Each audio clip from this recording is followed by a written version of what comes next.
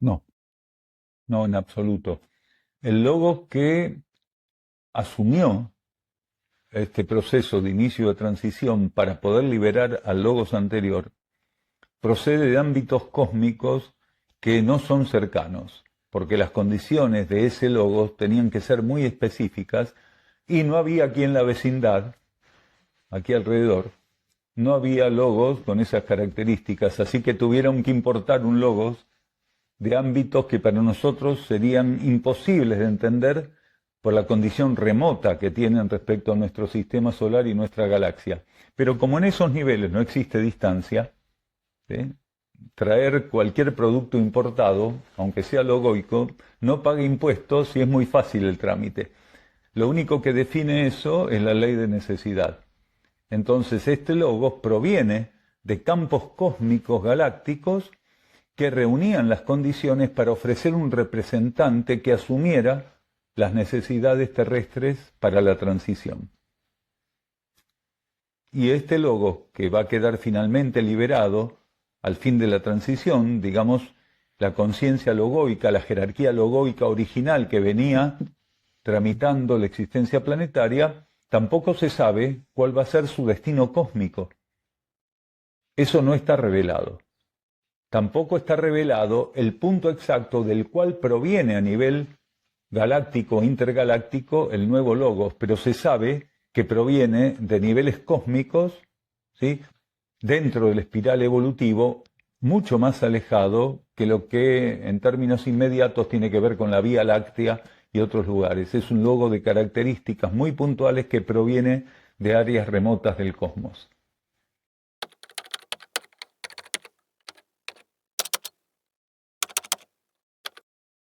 Sí, pero el logos es un centro dinámico jerárquico. Quiere decir, la conciencia logoica sirve para agrupar miembros diversos de las jerarquías.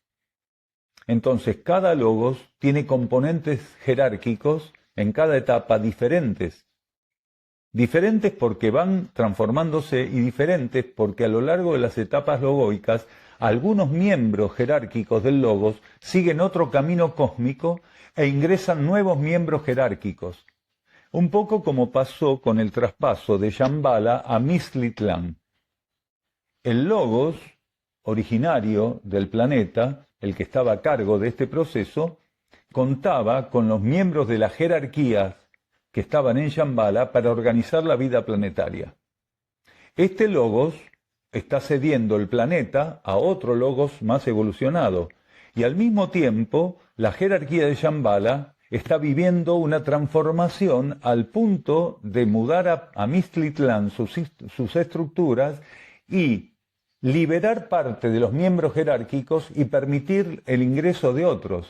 Quiere decir, la presencia jerárquica en cualquier campo evolutivo es transitoria, desde el logos hasta los componentes jerárquicos del logos.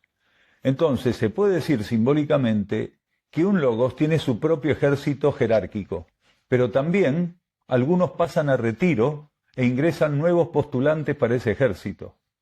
Continuamente las jerarquías circulan dentro de los campos logoicos porque los mismos campos logoicos van atendiendo necesidades cósmicas con condiciones diferentes en cada etapa, por lo cual no siempre pueden ser atendidas con las mismas jerarquías, por más que esas jerarquías estén en expansión, quiere decir que pasen por iniciaciones.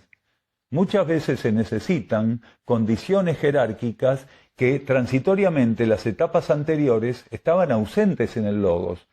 Cuando el logos tiene que iniciar una nueva etapa, abre de algún modo, ¿sí?, la posibilidad a que la inteligencia cósmica, ¿sí?, migre jerarquías hacia ese logos, que se integren transitoriamente a la conciencia logoica, al mismo tiempo que la conciencia logoica deja libres de participación a antiguas jerarquías que estaban con ellas, que van a ser orientadas hacia otros esquemas cósmicos evolutivos donde van a seguir sirviendo y participando de los procesos que correspondan.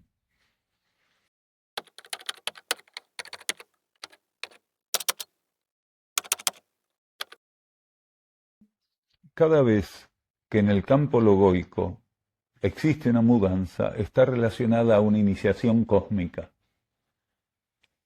Es tan perfecto el mecanismo que no existen diferidos entre un movimiento de un logos y la iniciación que va a alimentar ese movimiento. Cuando un logos tiene que hacer una transferencia de su conciencia en el cosmos, va a poder realizarla en función de un proceso iniciático que le dé el material, el potencial, el conocimiento, la coligación con leyes que hasta ese momento eran ajenas a su conciencia, o si no eran ajenas, él las podía contactar solo en una medida. Entonces, cada vez que un logos vive un proceso dinámico, expansivo, está relacionado a iniciaciones. Cada vez que suelta un cuerpo de manifestación, como ahora ocurre, que está saliendo de un cuerpo de manifestación para seguramente entrar en una experiencia con otro cuerpo de manifestación, él va a pasar por procesos expansivos iniciáticos que lo van a habilitar para una nueva condición de conciencia para poder asumir otras tareas evolutivas. Y el Logos, que ahora está tomando desde 1988 la regencia planetaria, también para poder hacer esto pasó por una iniciación que lo habilita a tomar las condiciones del planeta tal cual son. Porque estas condiciones, si bien para un logos no existe lo fácil o lo difícil, sí para un logos lo que sí existe es el dominio de ciertos aspectos de leyes, que si necesita esos aspectos para hacerse cargo de un contexto planetario, va a pasar por las iniciaciones que lo habiliten en ese sentido, que es lo que está ocurriendo. Entonces, en esa transferencia de Shambhala para Mixtlitlán, algunos miembros de la jerarquía tomaron otros destinos cósmicos, mientras otros, para poder participar de un campo de regencia planetario más elevado, tuvieron que pasar por iniciaciones. Entonces, el Sanat Kumara, que era cabeza de Shambhala, pasa por un proceso logoico iniciático que lo habilita para hacerse cargo de Mixtlitlán. Entonces, ¿es la misma jerarquía? Sí, pero no en el mismo rango iniciático jerárquico, sino en uno superior.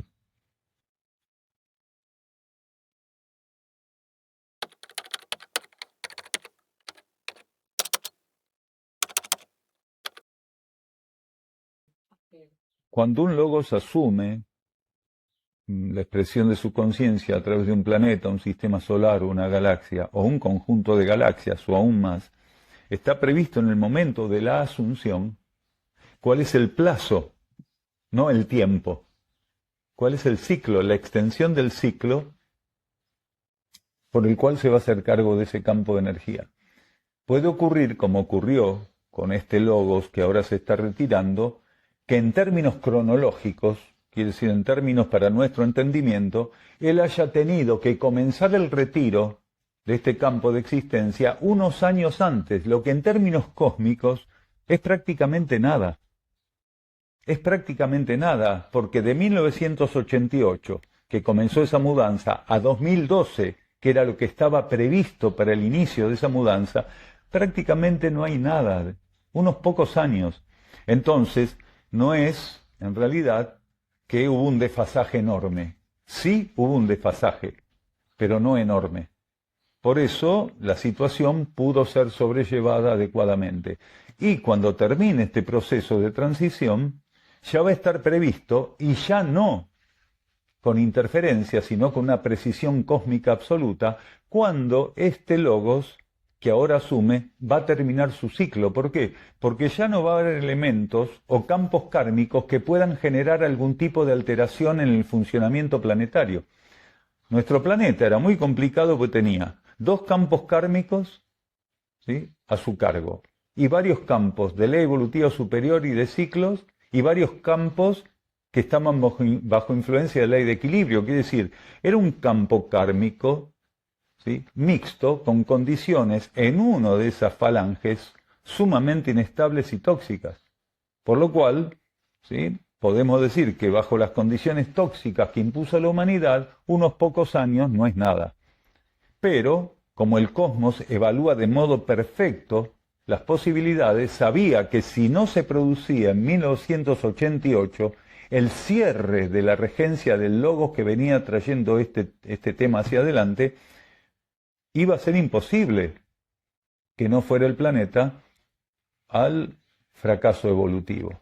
Entonces se produjo con una cierta anticipación, pero ahora sí va a haber una precisión absoluta en cuanto se vaya a cerrar o se tenga que cerrar este ciclo con este Logos en particular. ¿Sí?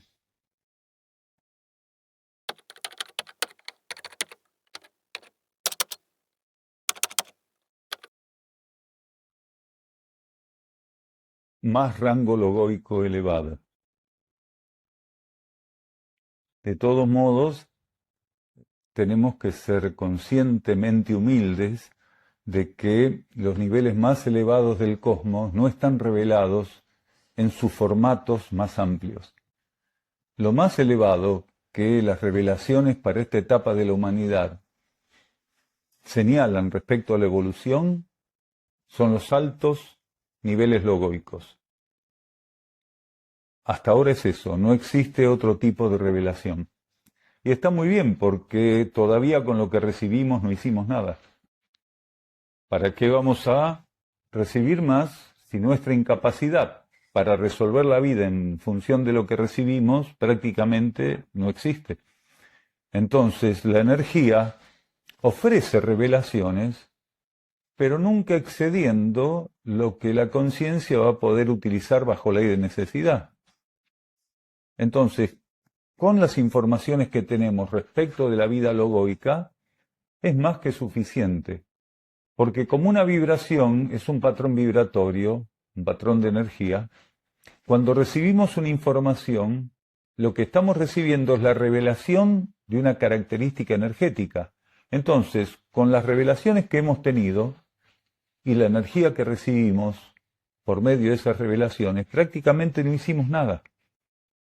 No hemos utilizado la energía que recibimos a través de informaciones actualizadas y renovadas.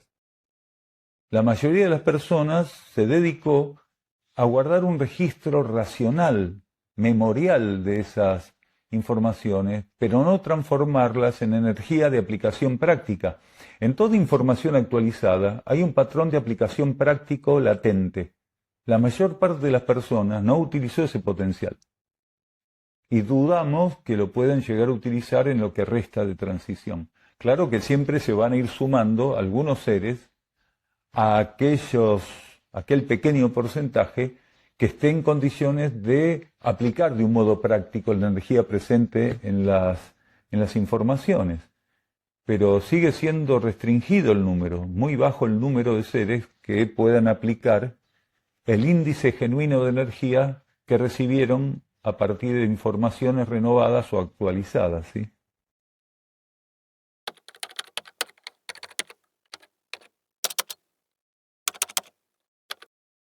Sí, es óptimo que lo hayas colocado, compartido. La mayoría de los déjà vu en la actualidad, y cada vez más en ese sentido, están relacionados a operar como símbolos de la planificación interna del individuo. Quiere decir, en tu planificación interna, lo que representó la pregunta de la hermana es una realidad a plasmar y a profundizar por parte de tu conciencia. Por lo cual, lo que ella iba diciendo operaba como puente con aspectos de los estímulos que el alma busca brindarte para que seas más consciente de tu planificación interior. Entonces, los déjà vu hoy cada vez son una herramienta de concientización de la planificación interna de un modo más intenso.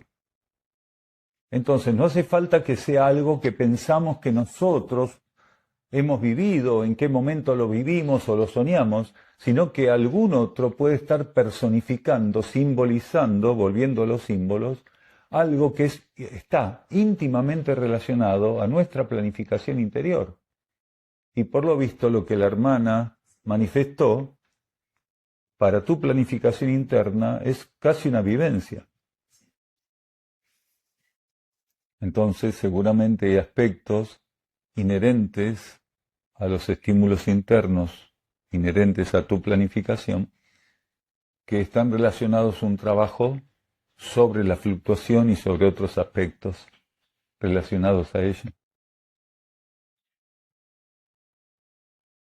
Aquí también colocan qué es lo que podrían aprender los grupos de Europa de los grupos de América del Sur. Dice de los hermanos, de la hermandad o de los hermanos de América del Sur. Todos los miembros de un grupo, en alguna medida, se tornan instructores de los demás. Quiere decir, en un grupo, cada miembro, de algún modo, es utilizado como un instructor del resto. Entonces, no hay duda de que entre miembros de una fraternidad existe la posibilidad de alimentar la instrucción mutuamente. Nosotros no estamos siendo estimulados en este momento para describir alguna condición a aportar de los grupos de América del Sur a los grupos europeos. Pero lo que sí podemos confirmar es que esa posibilidad existe, pero existe en un doble sentido circulatorio.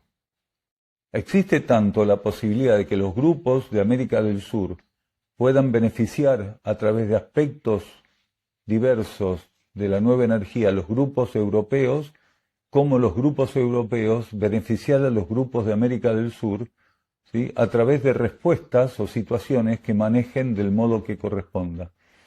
Entonces, no podemos dar detalles porque no estamos estimulados a dar detalles, pero sí podemos confirmar que esa influencia benéfica, ¿sí?, con un doble sentido circulatorio, existe y va a seguir existiendo.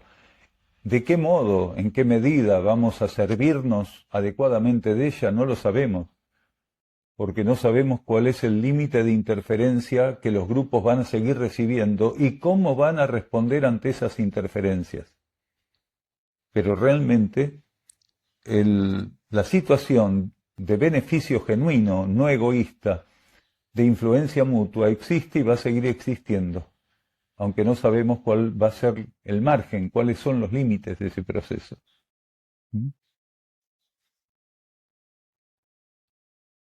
Aquí preguntan si la vibración es inherente al cuerpo mental y el magnetismo lo es hacia el cuerpo emocional. En realidad, vibración y magnetismo son como dos caras de una misma moneda. Dos caras de una misma moneda. Vibración y magnetismo están presentes como actividad energética en todos los niveles cósmicos. Entonces, en algunos casos, cuando la energía se refiere o se revela como vibración, lo hace en función de que la conciencia sea receptora de un patrón de ordenamiento de energías bajo un cierto aspecto en particular, mientras que el magnetismo lo que hace es confirmar el orden circulatorio de la realidad. El magnetismo sirve para confirmar el orden circulatorio, la relación que el orden circulatorio puede establecer, mientras que la vibración, dentro de ese orden circulatorio, permite el ordenamiento de partículas, situaciones, componentes, ¿sí? El magnetismo marca el orden circulatorio y la vibración ordena la relación entre elementos, ¿sí? Pero no es exclusivo ni del campo mental ni del campo emocional. En todos los niveles de existencia, aspectos de la energía única, manifestados como ley en términos magnéticos o vibratorios, está presente.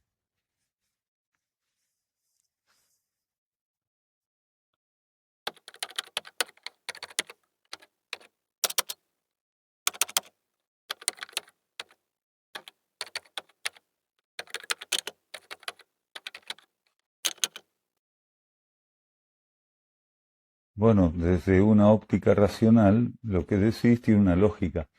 Lo que nosotros intentamos colocar con lo que dijimos es que no sabemos realmente qué es lo que la energía podría estimular para que se concienticen esos aportes. Lo que vos estás ofreciendo es un parámetro racional, ¿sí?, lo que podés suponer que un grupo podría aportar al otro. Nosotros no podemos hacer ese aporte porque de algún modo percibimos y confirmamos que la pregunta no va hacia los aportes de esa naturaleza. sino que va a un intercambio, una colaboración aún más elevada. ¿Sí? Entonces, eso es lo que quisimos definir con la escueta y restringida respuesta que dimos, para no incurrir en un aspecto que terminara siendo una opinión personal, ¿sí? Porque podríamos compartir una opinión personal, pero no es lo que hacemos en estos encuentros. En estos encuentros lo que hacemos es compartir aspectos universales que la conciencia percibe como necesarios. Entonces, creemos en ese sentido que cualquier ser que comienza a despertar hacia un nuevo conocimiento y una filosofía nueva en cualquier sector del planeta, mientras esos seres estén orientados a una óptica en común, en este caso representada por la energía Uxim, seguramente tienen una cantidad de elementos para compartir y beneficiarse mutuamente, ¿sí? Una influencia genuina y mutua.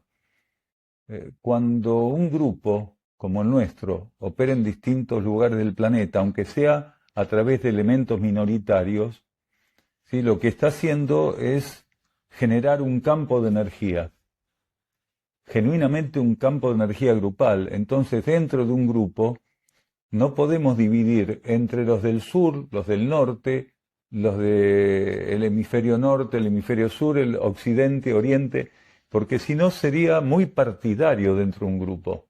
Habría miembros de Uxim de primera categoría, ¿sí? El primer mundo de Uxim, ¿sí? Miembros de Uxim del tercer mundo, miembros de Uxim del segundo mundo, quiere decir la ex Unión Soviética, Uxim sería, ¿sí?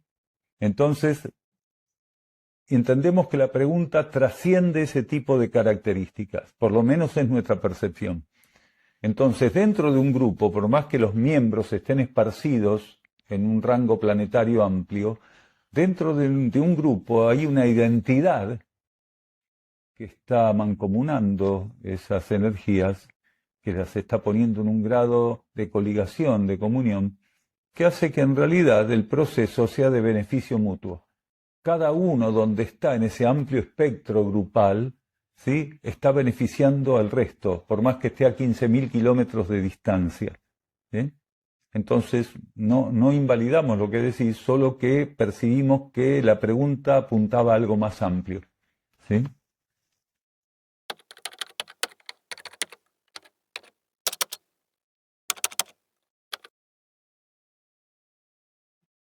¿Seguro? Absolutamente. Cuando a veces, eventualmente, los grupos europeos o algunos miembros van para Sierra del Cielo, para nosotros, en términos perceptivos, queda claramente confirmado que no son energías extrañas al lugar. Por el contrario, lo sentimos profundamente parte de Sierra del Cielo. Entonces eso muestra claramente que las fronteras, las distancias establecidas cultural y socialmente, no hacen la diferencia entre los miembros de un grupo. Lo importante es que estén en sintonía, ¿sí? Con un mismo propósito, que unifiquen esfuerzos y que lo plasmen, cada uno con sus características. Si este grupo de seres que están en Europa en sintonía con Uxim, en vez de estar en Europa, estuvieran a 100 kilómetros de Sierra del Cielo, estaríamos diciendo lo mismo. Porque no es la distancia ni es el patrón cultural el que define la relación interna, sino por el contrario, la relación interna define la ubicación geográfica. Quiere decir, un ser está en un campo geográfico precisamente porque internamente fue necesario que estuviera en él. Pero el trabajo grupal evolutivo se supone que no queda encasillado y limitado por la orientación geográfica, las condiciones geográficas, que no dejan de ser una prueba y una influencia, pero no son concluyentemente excluyentes, ¿sí?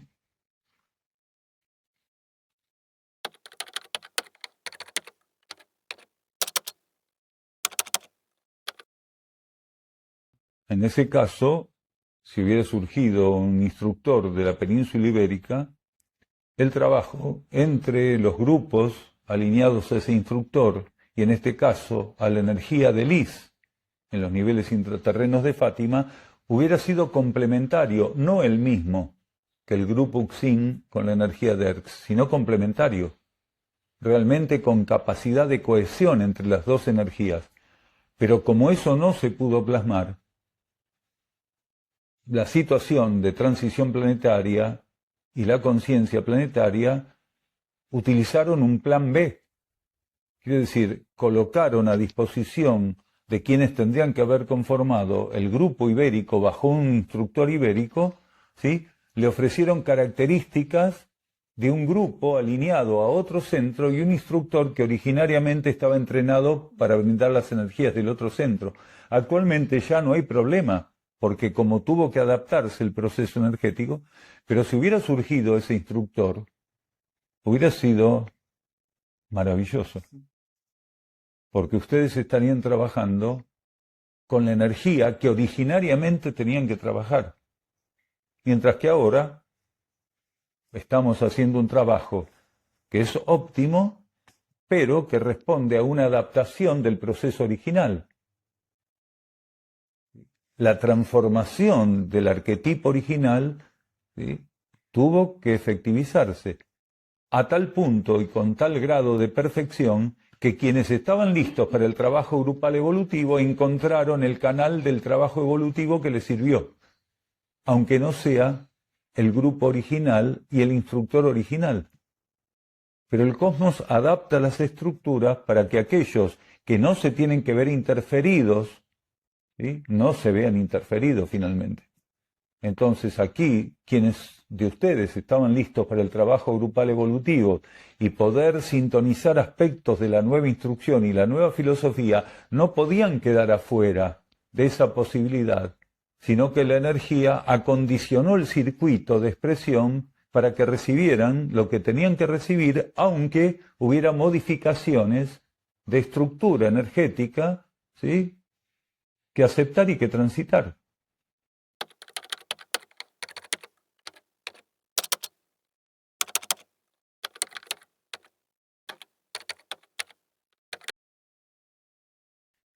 ¿Una culpa grupal?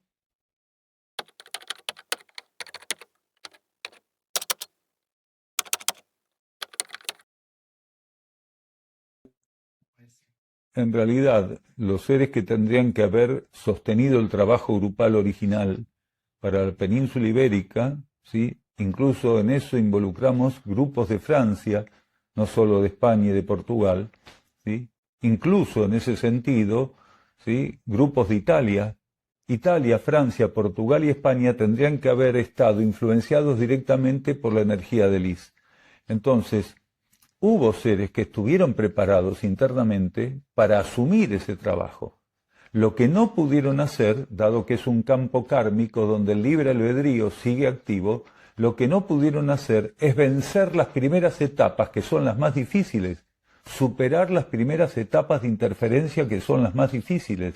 No les faltó preparación anterior, les faltó la capacidad de aplicar esa preparación. Entonces eso es lo que ocurrió. No que no tuvieran la condición, no aplicaron el potencial necesario, el potencial que genuinamente tenían para hacer eso.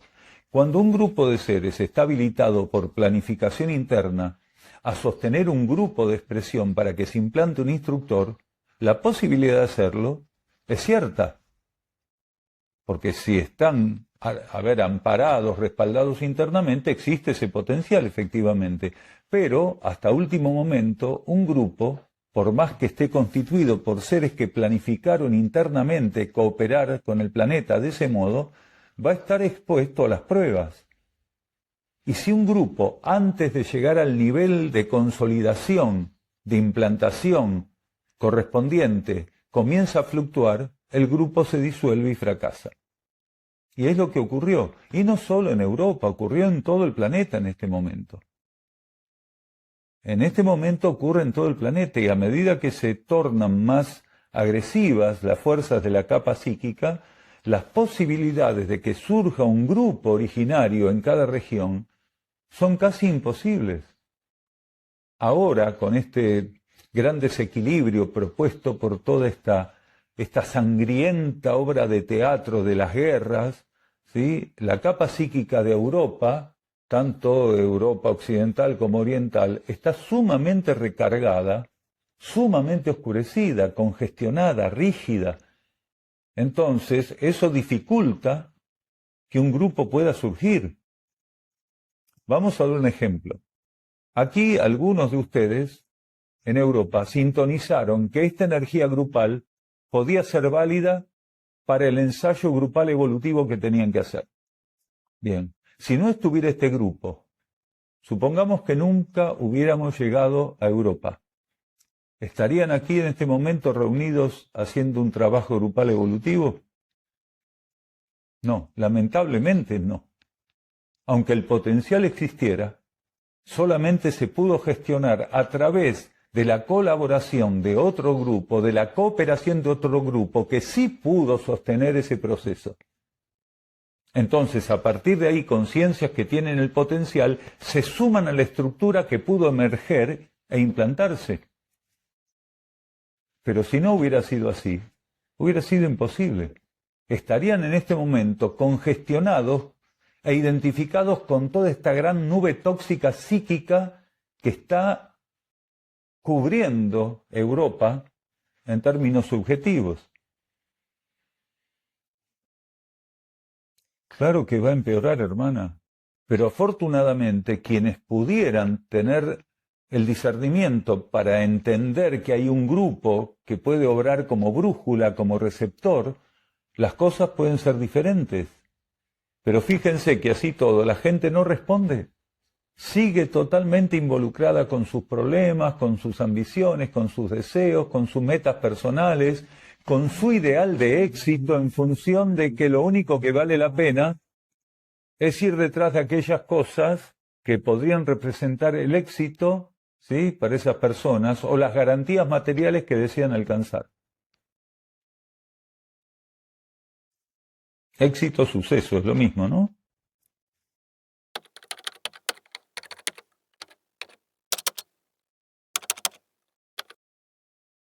¿Por qué en esta etapa del planeta es así? Porque el instructor, en esta etapa del planeta, llega por transmutación monádica. Y en el grupo que se consolide tiene que haber una persona con características ocultas e iniciáticas que pueda ceder sus trajes a la mónada de instrucción. Así se forma un grupo actualmente. Antiguamente era diferente, pero actualmente pasa por ese proceso, por ese protocolo.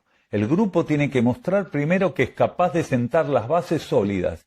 Una vez que el grupo pasa por la prueba de consolidar las bases sólidas, uno de los miembros del grupo, que puede ser original o ingresar después, tiene que representar el campo psicofísico apto para que la mónada que vaya a ingresar por transmutación monádica se instale en el grupo. Quiere decir, de algún modo la transmutación monádica que utiliza los cuerpos de una mónada que los cede es mucho más amplia que una transmutación monádica individual, porque el instructor termina generando influencia monádica sobre todo el conjunto. Entonces es muy importante que el instructor encuentre la base sólida a través de la cual entrar en contacto con la energía de los miembros del grupo, por lo menos del grupo originario, inicial.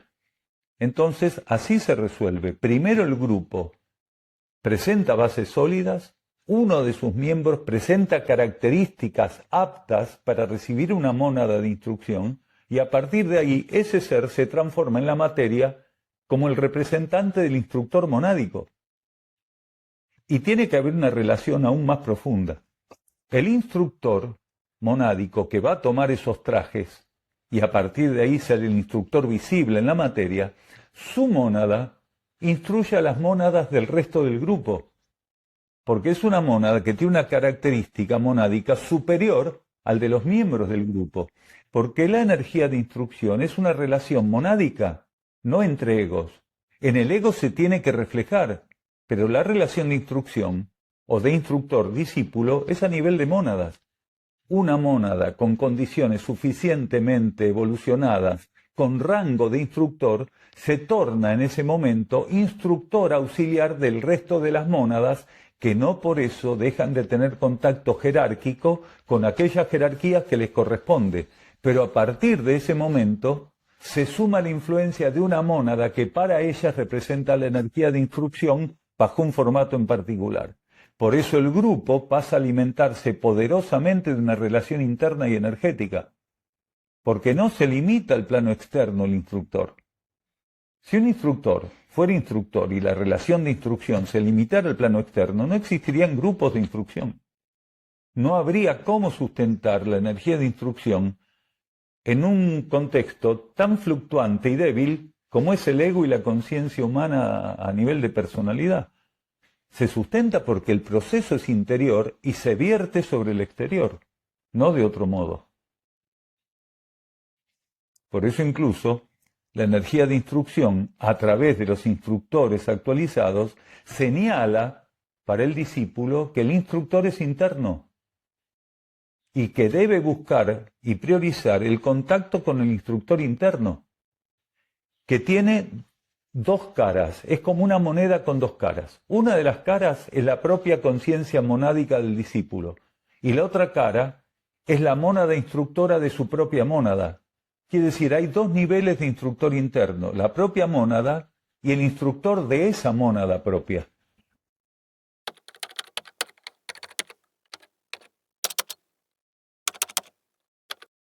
Ese sistema en estéreo que vos estás señalando, ese sistema en estéreo puede ser una condición que vivas particularmente vos de ese modo.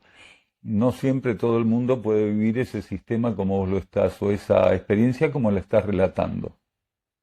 Entonces, para cada quien, tanto la voz interna como la contraparte que puede intentar ocupar el lugar de la voz interna, que es la capa psíquica, y que puede usar las mismas palabras.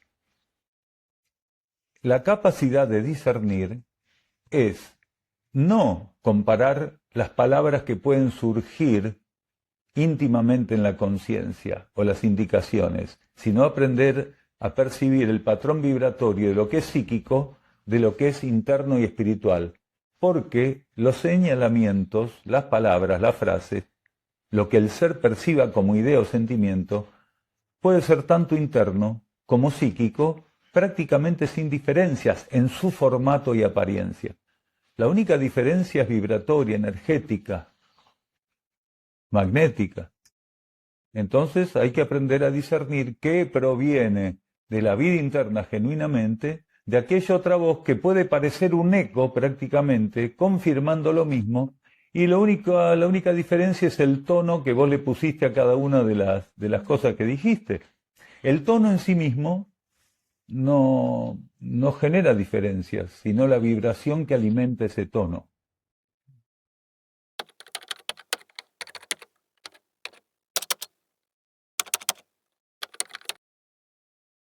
Hay una llave, pero tenemos que simplificar el camino para que esa llave pueda operar.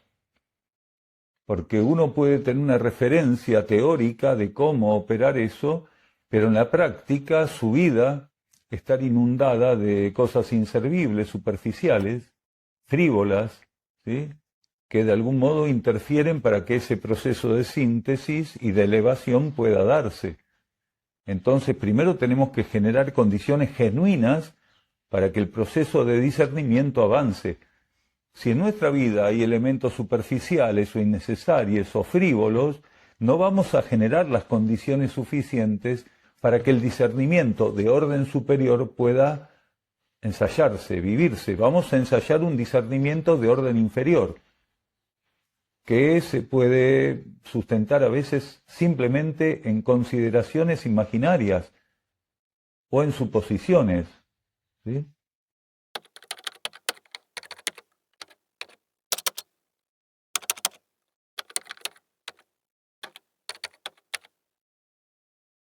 Conjuntamente. Por eso decíamos que la mónada del discípulo, la mónada del discípulo tiene influencia de la mónada del instructor, pero al mismo tiempo sin perder el contacto con las jerarquías con las cuales la propia mónada del discípulo tiene que operar, tiene que trabajar. Entonces, la mónada siempre está en el campo monádico cósmico, lo que implica que está en una continua profundización de las leyes monádico-cósmicas y en contacto con jerarquías del nivel monádico cósmico. Quiere decir, jerarquías que operan, ¿sí?, como conductoras del proceso monádico, pero sin interferirse mutuamente. Lo que ocurre en una cierta etapa monádica es que la mónada puede trabajar con un instructor a nivel monádico, pero en complemento con las jerarquías con las cuales la mónada ya estaba trabajando, o con nuevas jerarquías que van a venir a fortalecer el nuevo vínculo monádico que esa mónada tiene, quiere decir el nuevo vínculo de instrucción monádica que está asumiendo. Entonces, dentro de la evolución de la mónada, tener una mónada instructora forma parte de su trayectoria evolutiva. En realidad, todas las jerarquías que operan asistiendo a la mónada son instructoras de esa mónada, solo que en ciertas etapas alguna mónada ocupa el lugar preponderante de la energía de instrucción para la mónada discípulo.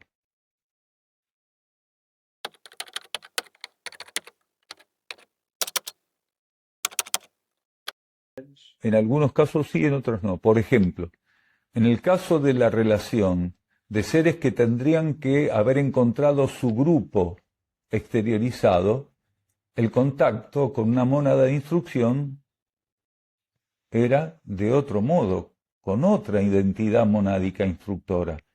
Entonces, ¿qué pasó? Hubo que hacer internamente, ¿sí?, reestructuración del contacto de una mónada instructora con mónadas que tendrían que haber encontrado su grupo exteriorizado. En ese sentido, hubo un proceso de regeneración de la interacción instructor monádico y mónada discípulo. ¿Por qué? Porque este instructor monádico para estas mónadas es de otro grupo y de otro centro, en este caso un centro intraterreno como Erx, mientras que la mónada de instrucción relacionada con Liz todavía no pudo manifestarse porque no encuentra su grupo preparado para eso. Entonces, la mónada que no pudo encontrar su grupo coopera con esta mónada que sí está haciéndose cargo de los seres que tenían que participar originariamente con aquella mónada que no encontró su grupo predispuesto. Entonces, la mónada original de los grupos de Europa, en este momento las mónadas de instrucción de los grupos de Europa están cooperando con la mónada de instrucción del grupo relativo a Erx. No es que, no pudo ser, me voy a otro lado. A nivel de instrucción, hoy decíamos que todos los centros intraterrenos, todos los centros planetarios interactúan. En ese sentido, las mónadas de instrucción que están coligadas a cada centro planetario cooperan entre sí. En los niveles internos la cooperación es absoluta y continua.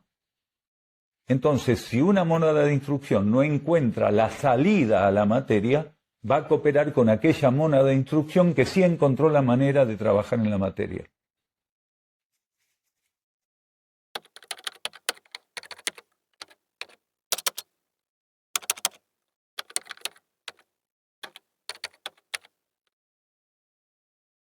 En definitiva, la instrucción no es de ningún centro, solo que hay centros que están preparados en una etapa para llevar la instrucción, que es un patrón vibratorio, a un grado de naturalización que pueda ser percibido a través de la psiquis.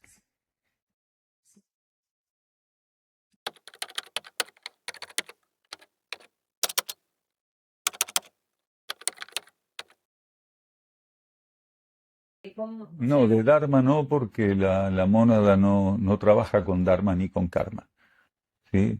O sea, el karma es la ley y el Dharma es la capacidad de cumplir con la ley. Se dice que un ser llega al Dharma cuando ha llegado al cumplimiento efectivo de la ley.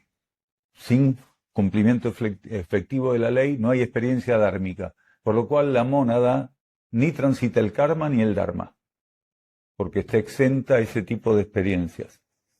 Pero sí la mónada, según su nivel evolutivo, tiene conciencia de aspectos de los niveles inframonádicos y de las experiencias inframonádicas que va a tener que enfrentar.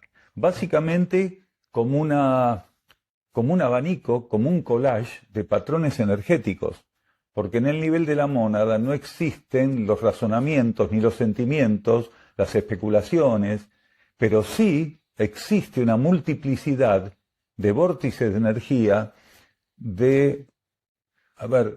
un collage verdaderamente de energías que está relacionado al nivel evolutivo de la mónada.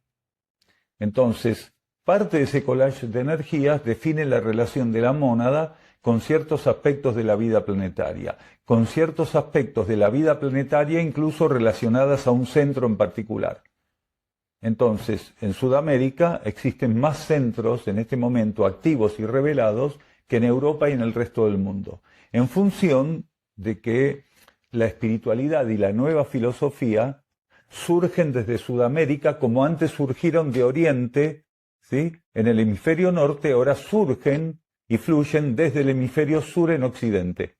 Por eso hay más. Y las mónadas que participan de ese proceso son conscientes de la relación que tienen con cada centro con el cual están coligadas transitoriamente.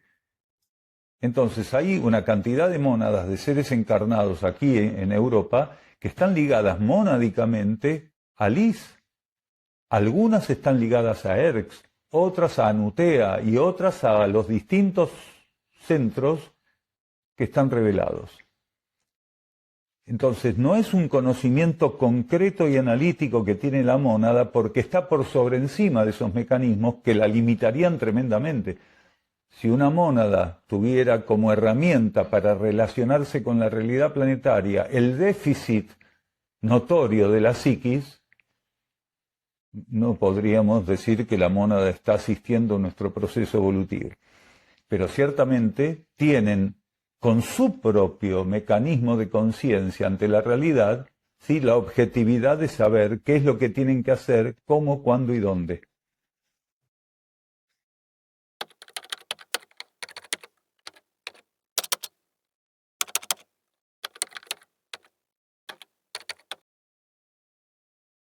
Sí, reciben instrucción, pero de un modo más limitado e indirecto.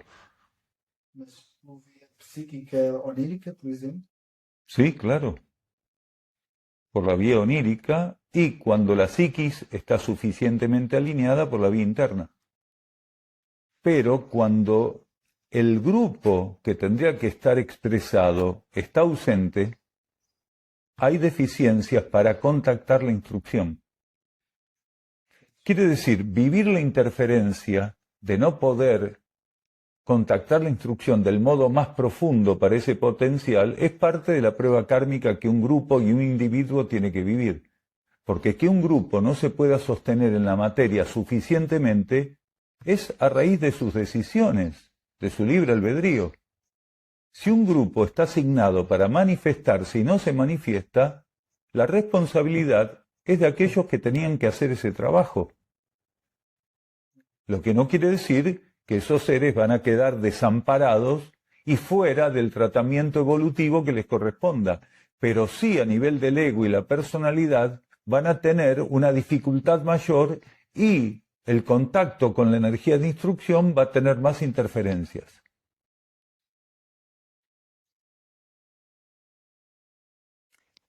Hoy cuando hablaban de esta cosa de que el grupo tiene que entender que primero tiene que fortalecerse para que el instructor aparezca, está relacionado a ese viejo adagio del ocultismo, el esoterismo, ¿sí?, la mística del ciclo anterior que decía, cuando el ser está pronto, el instructor aparece. En este caso, ya no es el ser está pronto, el grupo está pronto. Quiere decir, actualmente ese adagio tiene que verse de un modo más amplio. Cuando el grupo está pronto y sólido, el instructor aparece. Y eso no se está cumpliendo. Los grupos no llegan al estado de preparación necesario ni a la estabilidad y la extensión necesaria de ese estado de preparación, por lo cual el instructor no puede implantarse.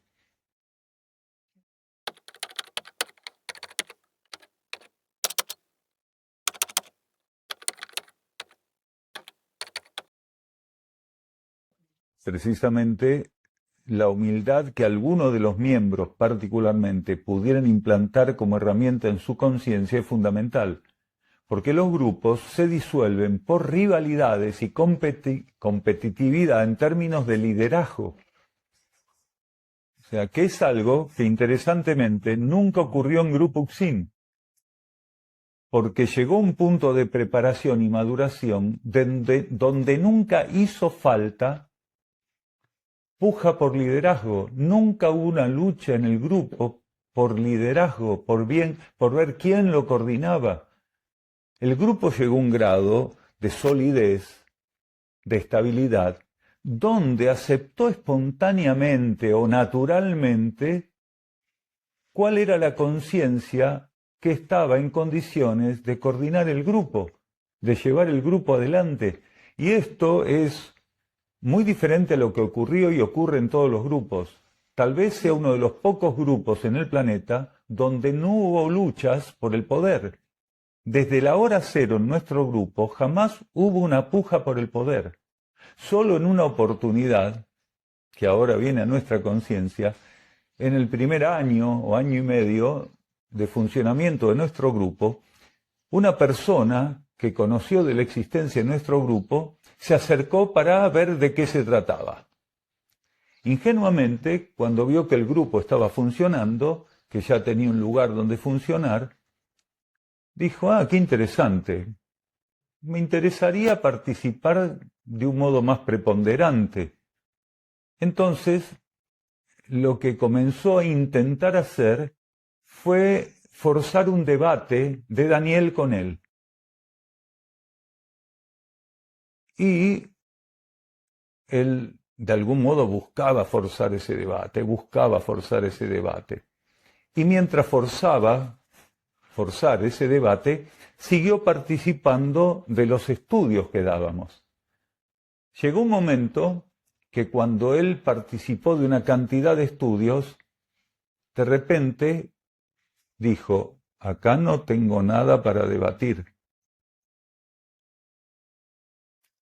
Y percibió que lo que iba a hacer era un suicidio en términos de participación grupal, porque como él anhelaba el liderazgo del grupo a partir de que lo conoció, también tuvo la capacidad de entender que era un suicidio intentar debatir públicamente en el grupo las posiciones que él consideraba correctas con quien en ese momento lo coordinaba, que éramos nosotros.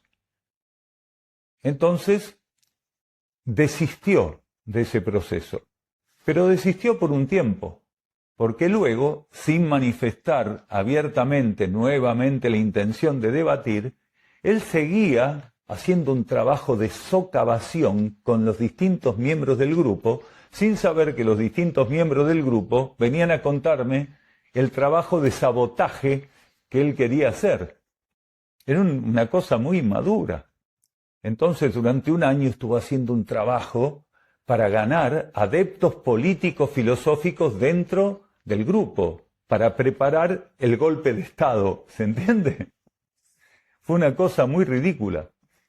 Y en un momento dado, creyendo que había logrado los adeptos necesarios para un golpe de Estado, en una reunión grupal donde habíamos muchas personas, pidió la palabra, y todos teníamos derecho a pedir la palabra y hacer el comentario que correspondiera. Entonces habló de que él consideraba que el grupo tenía que cambiar sus estructuras, que oxigenar la coordinación y un montón de cosas más. Entonces le dijimos, abiertamente cuando dijo eso, que en este momento nosotros sí confirmábamos que teníamos que debatir públicamente. Pero no sobre aspectos políticos de coordinación del grupo, sino sobre conocimiento cosmosófico. Que las personas preguntaran a cada uno de nosotros dos lo que quisieran saber cosmosóficamente y que cada uno de nosotros dos pudiéramos corregir al otro en los errores de exposición. Se levantó, se fue y nunca volvió. No volvió nunca más.